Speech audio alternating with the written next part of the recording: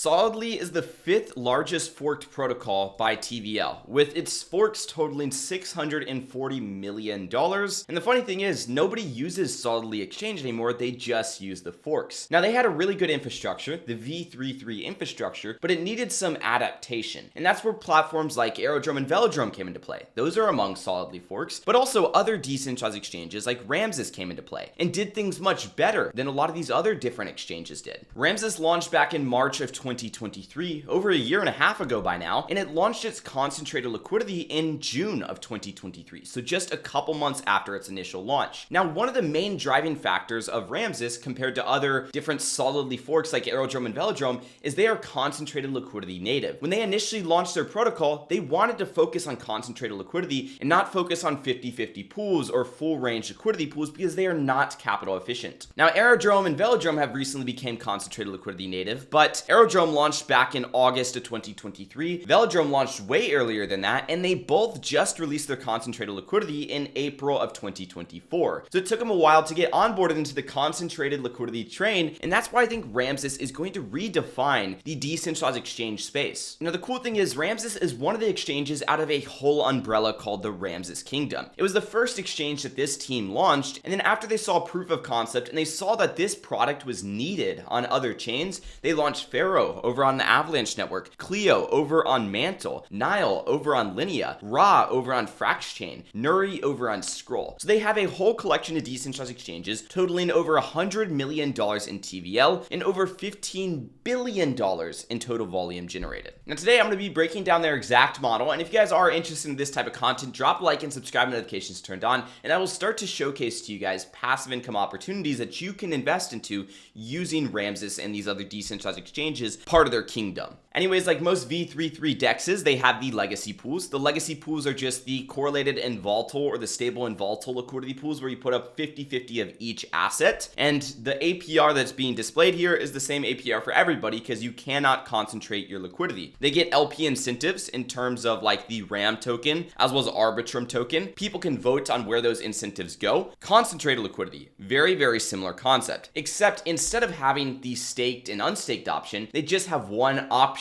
and that's just to deploy into the liquidity pool. Over on other platforms in concentrated liquidity and normal liquidity, you have to decide whether you want to stake your position or leave it unstaked. If you leave it unstaked, you get the fees, and if you stake your position, you don't get the fees, you only get the incentives. Well, Ramses does both. Ramses will take 20% of the fees and give that to the people that are actually providing liquidity. So instead of liquidity providers just getting incentives, they're getting incentives, yes, but they're also getting 20% of the fees. The other 80% or so is going to the people that want to vote on those liquidity pools. Now, this is a somewhat complex model, so I'm going to whip out the whiteboard. Basically, the liquidity provider is going to provide both assets into the liquidity pool. If this is, let's just say, an Ethereum to USDC liquidity pool, well, the provider is going to provide both Ethereum and USDC. And then the trader is going to be able to swap one asset for another asset. So that might include the trader putting one asset in and then taking the other asset out, basically. So if the trader is executing a trade where they're selling Ethereum for USDC, they're putting Ethereum into the liquidity pool, taking USDC out of the liquidity pool. That right there is going to generate fees. And typically on something like Uniswap or just a normal concentrated liquidity exchange, those fees are going to go directly to the liquidity providers. There is no catch there whatsoever. Whereas with these Solidly forks, typically all of those fees will go to the voters, basically. And I'll dive more into voters and how that actually works later on, but typically all those fees will go to the voters, and then of course the voters are voting on incentives to go to the liquidity providers. So that would look something like this, where the incentives go over to liquidity providers. But what Solidly does that's different is instead of just giving all of the fees to the voters, they are giving 80% of the fees or so to the voters. There is a little bit of a protocol fee there, but they're giving the majority of the fees to the voters, and the other 20% goes to the liquidity providers, while the liquidity providers still get all the incentives, which is very, very cool in my opinion. And the reason why is because that gives you a revenue stream in terms of the token that you are yield farming that you can use to compound back into the liquidity pool. You can use that to actually live off of and sell for cash flow. Now guys, before I go any further, the reason why I know this is because I was able to talk to the team over at the Ramses Kingdom in my DeFi Legacy program. I'm not going to dive into the whole spiel, but my DeFi Legacy program is just simply to help you build a passive income stream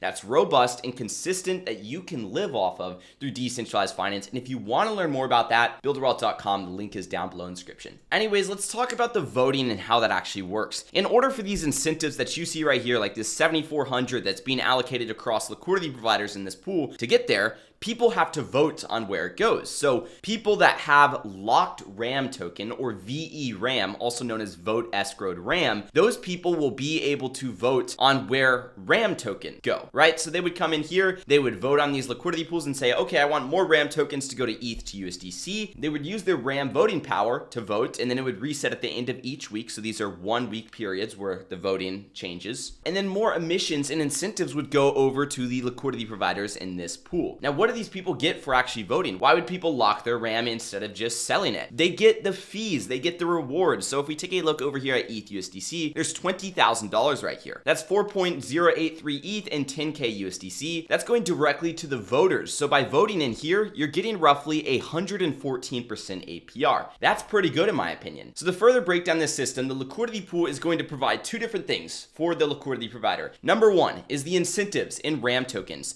Those incentives will go to the liquidity provider. Number two, 20% of the fees in terms of the tokens that are being traded to the liquidity provider, basically, right? So you have two revenue streams instead of one. Most V33 exchanges, they just give you the incentives and all the fees go to the voters. And then the remainder of the fees in this instance, about 70% or so, are going to go over to the voters. Now the hope is that you're going to take these RAM tokens and you are actually going to go and become a voter. The reason why is because this is the better model, because you're getting these great APRs just by voting over here, like this 114% APR or this 143% APR in terms of the tokens that you are voting for. So now I want to dive into some of this actual math over here. We have Ethereum to USDC showcasing roughly a 283% APR. If you hover over this, 63% of this APR, that is coming from the fees. The other amount is coming from the incentives, the ARB tokens that have been allocated, as well as the RAM tokens that have been allocated by the voters. So if we're getting 283% APR and we divide that by 52 weeks, because that's how many weeks are in a year, that's roughly 5.44% per week off of Ethereum to USDC. Granted, yes, we could just go and sell that 5.44%, but that's not the long-term play. Remember, take a look over at how much is coming from fees. That's about 63% APR, which means that the fees are making us roughly 1.2% per week. That's also not too bad. Now, what if we were to take these fees, this 1.21%, and compound that back into the position?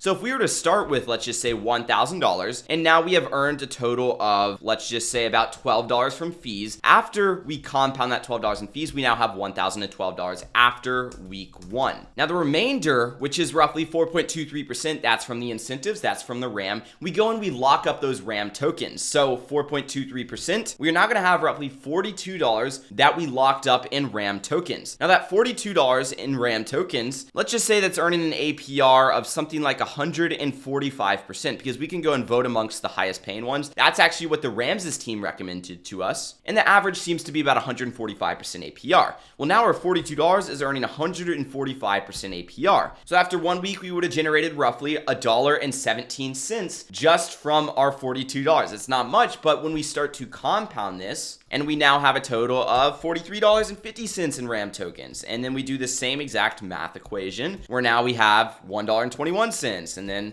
compound again. You can kind of see the flywheel that's happening here. So after 5 weeks, we will have $48 of VE RAM tokens, basically, which we can go sell if we need to. There is a liquid market for it. We could typically sell it for 90% of its value on the open market. But additionally, after 5 weeks, we will have $1,062 when we started with $1,000. That's just by compounding the fees. And the reason why we're wanting to do this is because by locking up our RAM tokens, we can have a passive income stream that consistently pays out without us even having to be in the liquidity pool. Yes, we can yield farm this liquidity pool, earn all the earnings, but what happens when we want to move on and we want to get out of Ethereum to USDC and hop back over to Uniswap or hop over to Orca and Radium over on the Solana network? Well, what we'll end up doing is we'll end up exiting the liquidity pool, but keeping our VE RAM position, because every single week we could just vote on incentives for VE RAM and make $1.31, and that keeps going up as we compound that back up. The thing is, this is a long-term play, it's not a short-term play, and the goal is to keep money within the ecosystem ecosystem. But the reason why Ramses, in my opinion, is doing it better than a lot of these other decentralized exchanges is because they understand that people need to sell. They understand that people need to take profit, which is why they give you a portion of the fees as the liquidity provider, as opposed to just giving you all incentives. Platforms like Beefy Finance are exactly what's killing prices for Aerodrome and Velodrome and other tokens, especially when the market's going down. The reason why is because let's just say we're on a base position on Aerodrome. Well, in order to automatically compound it and achieve this APY of say 590% with a base APR of 193%, it has to go and sell the Aero tokens. Well, same exact thing goes for a normal liquidity provider. If you want to compound some money and you want to increase your position size or even take some out, you have to sell the Aero token. Whereas with Ramses, they're giving you the actual fees that you can sell. So if we're selling Ethereum and USDC, our $1,000 sales are not affecting the price of Ethereum to USDC. So if we want to compound or if we want to pull out money so we can live on it, we can do that without having to affect the RAM price. And then obviously if we need to affect the RAM price, we can. But for the most part, we can build up a big VE RAM position and earn that passive income week by week just by voting every single week. So in my opinion, this is a pretty cool strategy. Obviously, I'm not diving into the huge intricacies of it. This is like the very high level airplane overview of it. But if you guys enjoyed this video, make sure to drop a like, subscribe when notifications turned on. And of course, don't forget to check out builderwealth.com if you are interested in getting any type of assistance. I'm here to help you in your DeFi journey. Peace out.